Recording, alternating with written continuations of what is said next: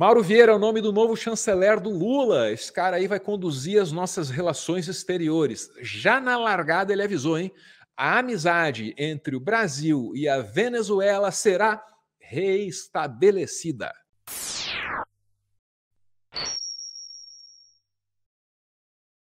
Brasil e Venezuela, Venezuela e Brasil, eles vão andar juntinhos, o que é uma novidade. Aliás, seria uma novidade você dizer Brasil e qualquer outro país vai andar juntinho, porque o Brasil teve, durante o governo Bolsonaro, uma política de isolamento estabelecida por Ernesto Araújo, discípulo de Olavo de Carvalho, né? Que sejamos pária, disse Ernesto certa vez, um combatente daquilo que ele chama de globalismo. Globalismo, aí na linguagem da direita maluca, é uma teoria conspiratória, segundo a qual a China se apossou da ONU e agora está prestes a dominar o mundo, estabelecendo a religião biônica mundial. Eu não estou inventando nada, quem está inventando são eles. É nisso que o Ernesto Araújo acredita. Você não acha que eu estou brincando, eu estudei o olavismo a sério e esses caras são realmente desse nível, né? Então era essa a política externa brasileira, completamente ideológica, maluca, abu bleble. Aí chega um momento na pandemia, brother, imagina isso, que porra, Manaus, o bolsonarismo faz lá a política da imunidade de rebanho, porra, morre gente pra caramba, vala comum sendo aberta, um sofrimento desgraçado, em cada porta de hospital, uma choradeira que dá para ouvir de longe, em cada porta de cemitério, uma fila de carro que não para mais. A gente viu essas coisas, né? Aí a Venezuela fala, porra, tá foda o troço lá, vamos mandar aí um oxigênio, os caras não tem nem oxigênio. O ministro da Saúde, você sabe, né? Não conseguiu mandar o oxigênio a tempo. E aí a Venezuela tentou mandar, o Brasil não ofereceu nem avião para trazer os cilindros. E o agradecimento, então? Os exteriores não fez contato com o governo venezuelano por questões ideológicas. E até hoje eu estou esperando essa guerra, viu? Que o Brasil não aguenta 2 horas. Ernesto, o senhor confirma? Não, não confirmo. Não confirma? Então não é verdade o que o presidente está falando? Você ligou para alguém lá? O senhor ligou para alguém da Venezuela? Não. O senhor agradeceu ao gesto do governo venezuelano? Não.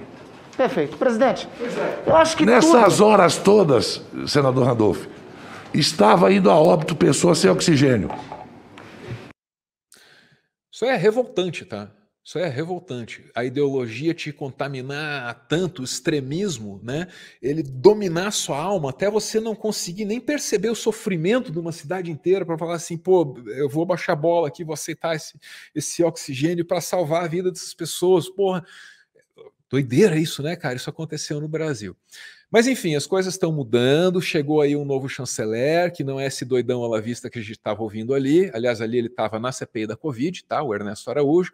O novo cara aí é o Mauro, eu falei aí, né? O Mauro Vieira, em breve vamos trazer informações sobre a carreira dele, mas ele já deu uma coletiva lá, primeira pergunta, e a Venezuela? Claro que ia ser isso, né? Boa tarde.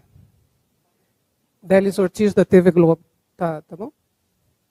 A pergunta, eu acho que o senhor ainda não tocou nesse assunto, se o Brasil vai continuar com o processo de adesão à OCDE ou se vai ser interrompido esse processo. Bom, vamos examinar totalmente, eu acabo de chegar, mas é um processo que já vem, que está adiantado, vamos avaliar. Eu tenho certeza que há pontos muito positivos, importantes, que serão examinados e avaliados. Eu terei reuniões ainda sobre esse aspecto. Não tenho mais nada a avançar nesse momento. Embaixador, boa tarde. Simone Iglesias, da agência Bloomberg. Eu gostaria de saber, nós aqui, os 3 de agências internacionais, combinamos a pergunta, a Reuters e a AF, se o Brasil deixa de reconhecer Guaidó como presidente da Venezuela a partir do dia 1º de janeiro. Guaidó é aquele que, sem ter o controle das instituições na Venezuela, disse, eu sou o presidente, né? E aí alguns países aí reconheceram isso imediatamente, né? Apesar do cara não ter poder nenhum, assim, sobre nada no país, né? Não, o presidente é esse aí, ele se autodeclarou e tal, né? E o Brasil reconheceu. A gente também gostaria de saber se já tem indicações para as embaixadas fundamentais aí, como Washington, Buenos Aires, Paris e China. Obrigada. Bem, com relação às chefias das embaixadas, mesmo que tivesse, ainda não tratamos disso com o presidente, mesmo que tivesse, não poderia mencionar, porque uma chefia de embaixada, antes de ser anunciada, precisa submeter o nome a outro país. Isso é um processo de que demora 1 mês a 2 meses, receber o agremã, então depois se pode divulgar. Sem o agremã não se pode divulgar. Com relação à Venezuela, o presidente também me instruiu que restabelecêssemos as relações com a Venezuela, o que faremos a partir do dia 1º, enviando, num primeiro momento, um encarregado de negócios para retomar os prédios que nós temos lá, residência, chancelaria, e reabrir a embaixada, e, posteriormente, vamos indicar um embaixador também junto ao governo venezuelano. Muito bem, tá aí então o nosso novo chanceler. Foi o grandioso podcast Medo e Delírio em Brasília quem definiu o que devem ser as prioridades das relações internacionais brasileiras nos próximos anos. Dizem eles que o novo chanceler precisará rodar o mundo dizendo foi mal, tava doidão. Essa é a prioridade, esse é o programa estabelecido. E parece que o governo Lula vai seguir essa dica, tá? Vamos ouvir aí a cobertura do Jamil Chad, que é o nome ao qual a gente sempre recorre na hora de falar, né, sobre relações externas. O Jamil está dizendo aí que a prioridade realmente é refazer os laços, até porque, bicho, a comunidade diplomática aí viu no Brasil umas doideiras. Imagina você entrar no gabinete de um sujeito aí do alto escalão do Itamaraty, de um puta representante da burocracia nacional, e tem uma bandeira do Brasil Império na parede. Imagina isso. Aconteceu.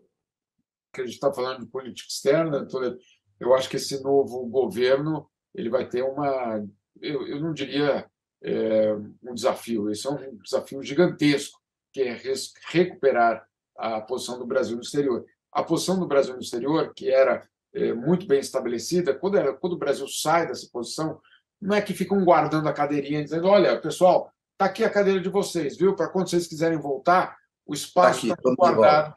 Não, não é assim que funciona. Então, para voltar, não adianta falar o Brasil está de volta. Vai ter que ser conquistado. O Brasil vai ter que reconquistar essa posição.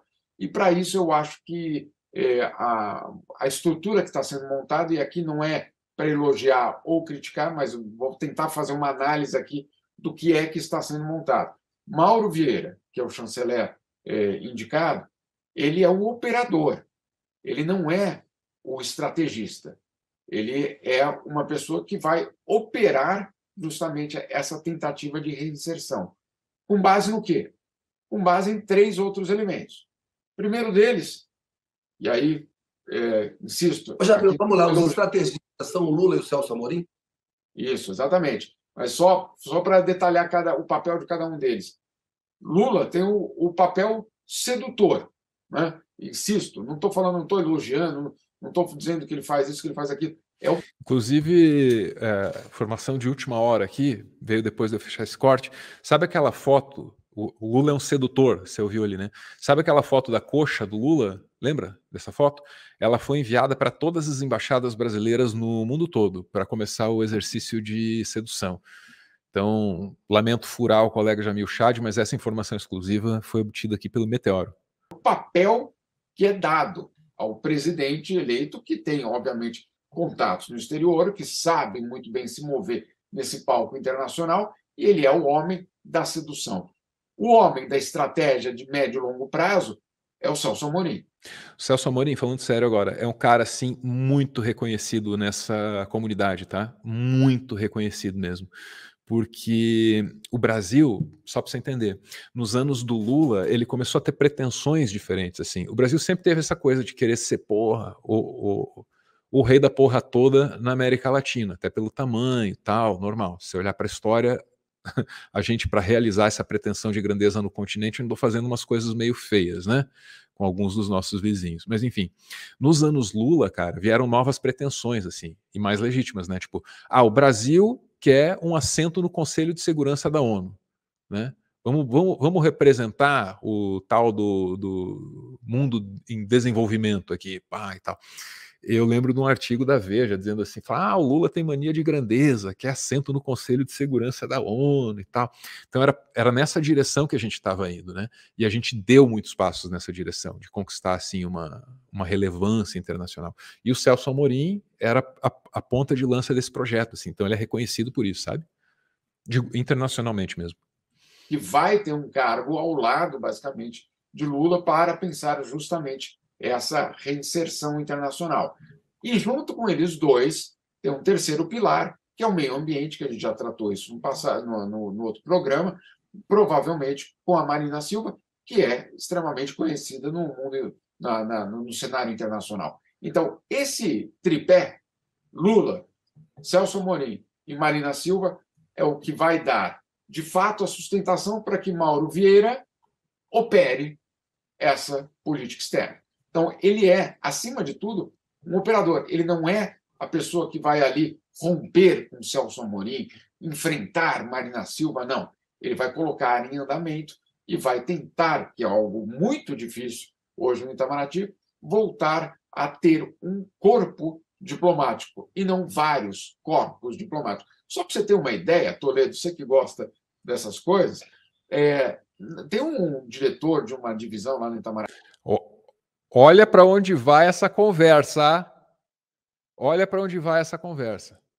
Você vai ver que os doidos não estão só na rua, não, bicho. Estão nos gabinetes, nos palácios. Olha para onde vai esta conversa. E tem uma bandeira da monarquia dentro do escritório dele. Então, se você vai... Bicho, você é um representante do Brasil. Você recebe gringo e fala assim, oi, vim aqui falar em nome do Brasil. E aí atrás de você, cara, tem a bandeira da monarquia, cara. Você consegue imaginar a doideira? Meu Deus! Brasileira? Quer dizer, que não existe? Ou monarquia de outro país? Não, a nossa, aqui era o que um dia foi a do Brasil. Uhum. Claro, ele é diretor de um departamento no Itamaraty, o Ministério das Relações Arquivos, Exteriores. alguma coisa assim, ou alguém que trabalha efetivamente? Não. Bom, vamos colocar aqui. É o chefe do protocolo. É o chefe do protocolo. Ele não queria entregar. O Jamil tem muita fonte, assim, ele é bem. Dá pra ver que ele é bem respeitoso e cuidadoso, nunca entrega.